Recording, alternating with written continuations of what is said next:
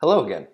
My name is Matt Heron, and this is the second video about how to use and set up MailChimp for your author business. So in the first video, I walked you through the sign up and creating a list in MailChimp, and now I'm going to show you where the sign up forms are. So by this point, I'm assuming that you've already added some people to your list and you're ready to start sending out or putting a link into your book where people can sign up themselves. So sign up forms can be found under sign up forms. So again, that's the lists tab. You click this drop down arrow and click sign up forms. And this will take you to the sign up forms for this specific list.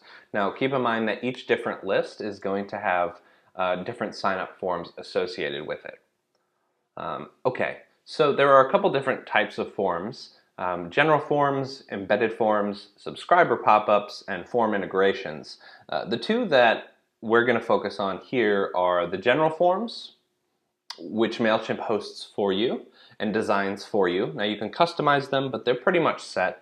The other option is embedded forms, and you need to know a little bit of HTML code to embed these in your site or blog.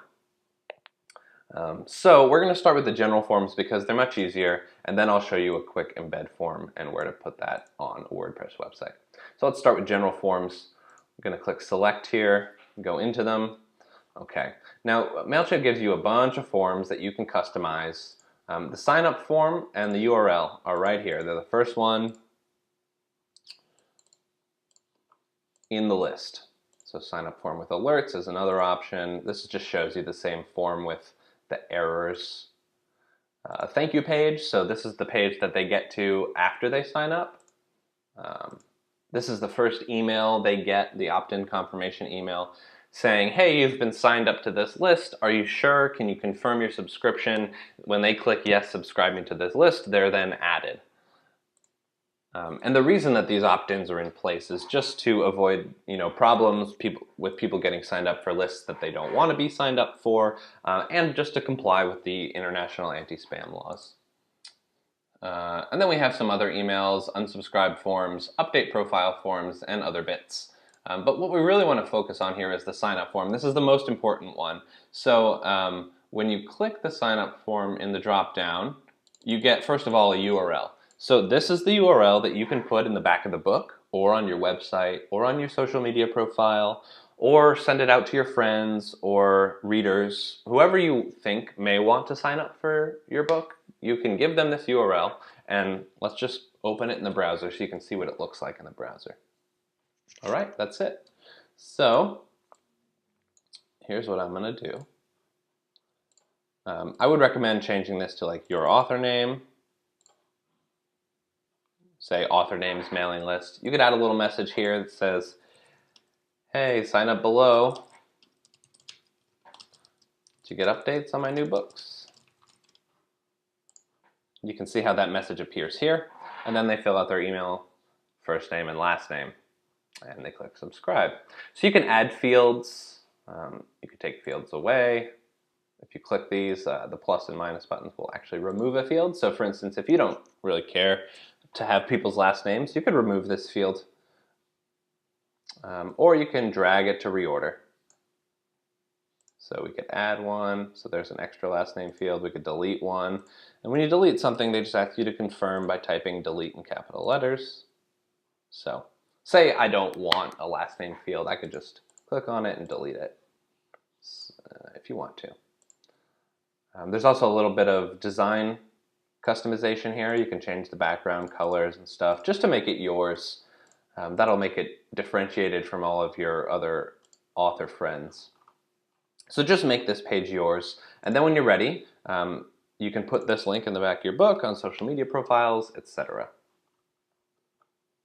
So that's how you use the basic sign-up forms. It's pretty straightforward. Again, I've seen many successful authors use these sign-up form URLs in the back of their books with much success. The good thing about them is that MailChimp hosts them for you, and they work really well on Kindle. So if you're not sure how to embed stuff on your website, if you're not comfortable with working with HTML code or anything like that, I would just use MailChimp's sign-up forms. They're very straightforward. All the hard work is done for you. And they're beautiful. They do a really good job. You can customize the colors and make them yours. Now, if you are a little bit braver and you are interested in embedding forms on your own website, like I have on mine, I'll just show you here. I think it's a newsletter, but I don't remember. Okay, so here's my Join My Reader group. Now I'm using a plugin for the opt-ins here. So this is not MailChimp's default embed forms, but you can see how I'm using a page on my website to collect email addresses. So if you'd like a page on your website, you can use MailChimp's embed forms to make that happen. So you go to the same place, you go to sign up forms, but instead of clicking into the general forms, you click into the embedded forms. So this is to generate HTML code to embed in your site or blog. So we'll select this. All right, and now you get some options. Classic, this is how they look on, MailChimp's own sign up forms. Super slim, horizontal. If you want no styling, you could do no styling. And there's some other custom CSS guides and stuff. So let's just assume you want the classic one. This right here is the HTML code that you put on your website. All right, it's kind of a mouthful. I'm not going to go through all of the details. The important thing is that you need to copy all of it and paste all of it into your website. So let's imagine that I want to make a new page. And this is just WordPress. I understand that many of you have different website systems, but WordPress is pretty common, which is why I wanted to use it. And this is the default WordPress template.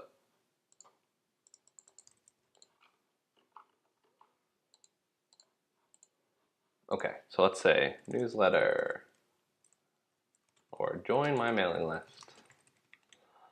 All right, so you take this code and you put it into the text part of the page. And when we preview it, it should have the forms on the page. Well, there it is.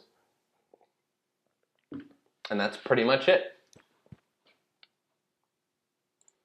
So that's how you use MailChimp's embed forms and general forms to get people onto your list. Again, you want to put this in the back of your books so that when people finish reading your book, if they liked it, they'll sign up for your mailing list, and then you have an email that you can send a message to when you have a new book available. Also share them on social media and start building your audience. So that's the first step. All right, thanks for joining us. I hope you come to the talk this weekend. For those of you watching in the future, at indieauthorsociety.com, there should be a video there that you can watch of my talk. So I'll have these two videos plus the talk where I answer questions and talk about automations and different purposes for different kinds of lists and all sorts of stuff. So go to indieauthorsociety.com or meetup.com/indieauthorsociety to see future events. And this is the one that I'll be giving this weekend. So thanks for joining me and have a great day.